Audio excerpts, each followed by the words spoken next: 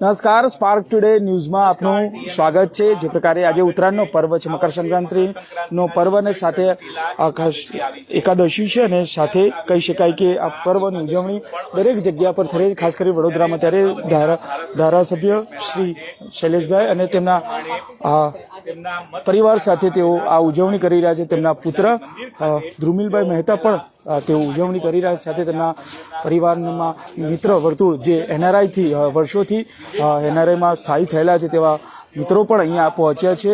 આપ જુઓ કે ધ્રુમિલભાઈ મહેતા અને તેમના પિતા શૈલેષભાઈ મહેતા પણ પરિવાર સાથે આ પ્રકારે તેઓ ઉજવણી કરે છે।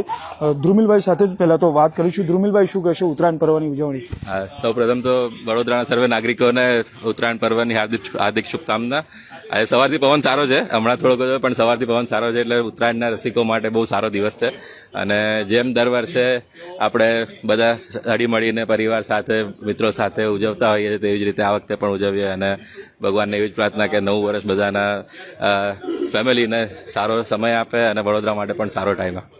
તો આ હતા ધ્રુમિલભાઈ, અને ધ્રુમિલભાઈ સ્પષ્ટ કહી રહ્યા છે અને કે પરિવાર સાથે ટાઈમ સ્પેન્ડ સાથે તેમના મિત્રો છે તેમની સાથે પણ વાત કરી। સર, શું કહેશો? આપ પણ વિદેશથી આવો છો, શૈલેષભાઈને ત્યાં આવ્યા છો, એનઆરઆઈ છો સાથે વિદેશમાં, અને અહીંયા કેટલો ફરક છે આ ઉત્તરાયણ પર્વનો? વેલ, ઉત્તરાયણ પર્વની તમે લોકો રાહ જોઈએ છે કે અહીંયા આગળ ક્યારે આવીએ અને કાપ્યો છે એક એક્સાઇટમેન્ટ એનું જેવું છે, અનેરો આનંદ આવે છે।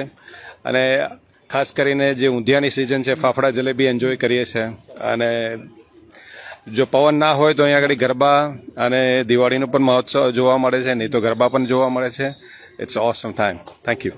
બિલકુલ, આપ જુઓ કે વિદેશથી આવેલા લોકો પણ આ પર્વની રાહ જોતા હોય છે, અને તે પ્રકારે કહી શકાય કે જ્યારે આ પર્વની વર્ષોથી એટલે કે એક વર્ષની જ્યારે રાહ હોતી હોય છે ને, ત્યારે તમામ લોકો આ પર્વની ઉજવણી કરતા હોય છે। આપ જોઈ શકો છો આકાશમાં જે પ્રકારે તમામ લોકો અહીંયા આ રાહ જોતા હોય છે, ત્યારે શૈલેષભાઈના ત્યાં અમે આવ્યા છે।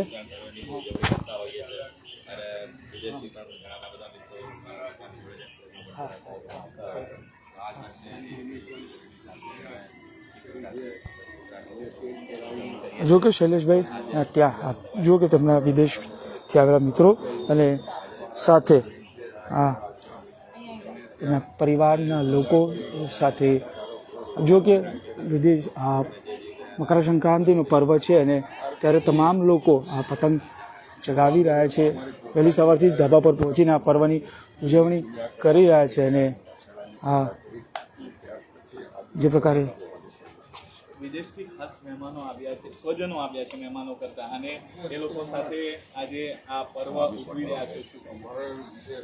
જો કે જે પ્રકારે તમામ લોકો આ પર્વની ઉજવણી કરતા હોય છે, અને 35 વર્ષથી અમેરિકામાં સેટલ થયેલા છે, કાયમ ઉત્તરાયણ વખતે અહીંયા આવતા જ હોય છે, અને આજે પણ અહીંયા ઉત્તરાયણ મનાવવા આવ્યા છે।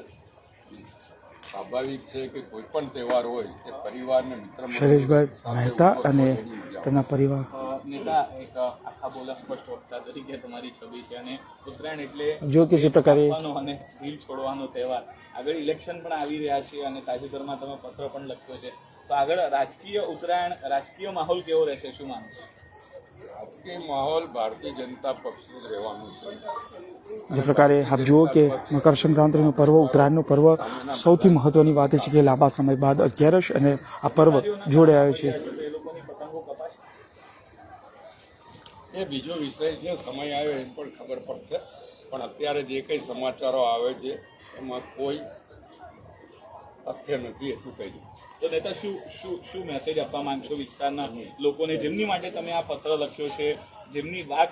જો કે ધ્રુમિલભાઈ મહેતા સાથે તેમના પરિવારના લોકો પણ અહીંયા પહોંચ્યા છે, અને સરકારમાંથી જે કંઈ અમારી રજૂઆત છે સકારાત્મક લેવામાં આવશે, અને જે લોકોના પ્રશ્નો છે પ્રશ્નો ઝડપથી ઉકેલે એ જ અમારો આશય છે, ને એ પ્રશ્નો ઉકેલશે।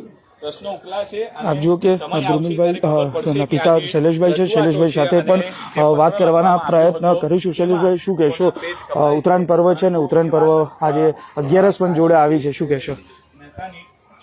19 વર્ષ પછી 11 અને ઉત્તરાયણ એક સાથે આવી છે, અને સ્વાભાવિક છે કે હું છેલ્લા 27 વર્ષથી કુબેર દાદાને 11 એમને પ્રાર્થના કરતો હું છું, એમની પૂજા કરતો, એમની આરતી કરતો હું છું.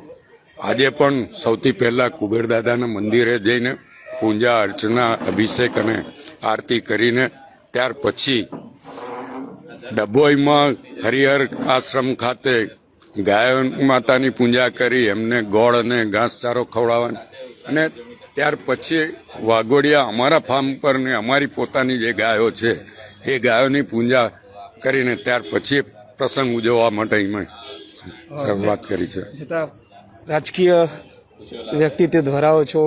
ઉત્તરાયણનો પર્વ છે. આ પર્વ એવો છે કે ક્યાંક ઢીલ તો ક્યાંક ખેંચ. હવે કોની ખેંચ, કોની પતંગ કપાશે? ભાજપની સામે જે હશે બધાની પતંગો કપાવવાની છે. બા એ વડોદરા શહેર હોય કે વડોદરા જિલ્લો હોય, ભાજપની સામે જે ઉમેદવારો છે બધાની પતંગો કપાશે. તો જે રીતે આપણે પત્ર પણ લખ્યો હતો અધિકારીઓ વિરુદ્ધ, તો એ લોકોની પતંગ કપાશે? અમે કોઈને વિરુદ્ધ પત્ર નથી લખતા, પણ અમે લોકોની સમસ્યાઓને વાચા આપવાનો પ્રયત્ન કરતા હોઈએ છીએ. અને સરકાર અમારી છે, અધિકારીઓ અમારા જ છે, અને જે અમે વાચા આપી છે એને પૂરેપૂરો ન્યાય મળશે આગામી દિવસોમાં ખબર. સરકાર તમારી છે તો હવા તમારી તરફેણ રહેશે કે શું માનવું છે? હવા ભાજપની તરફેણમાં જ રહેવાની છે. અત્યાર સુધી છેલ્લા 30 વર્ષથી રહી છે, હજુ પણ ભાજપની જ હવા રહેવાની છે. તો આ હતા શૈલેષભાઈ મહેતા. આપ જોઈ શકો છો તેઓ પતંગ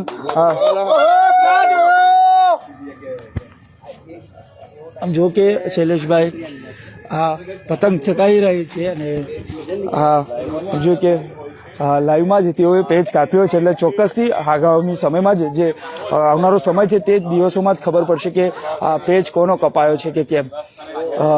કેમેરામેન નિહાની સાથે Surat Solanki, spark today news, Vadodara.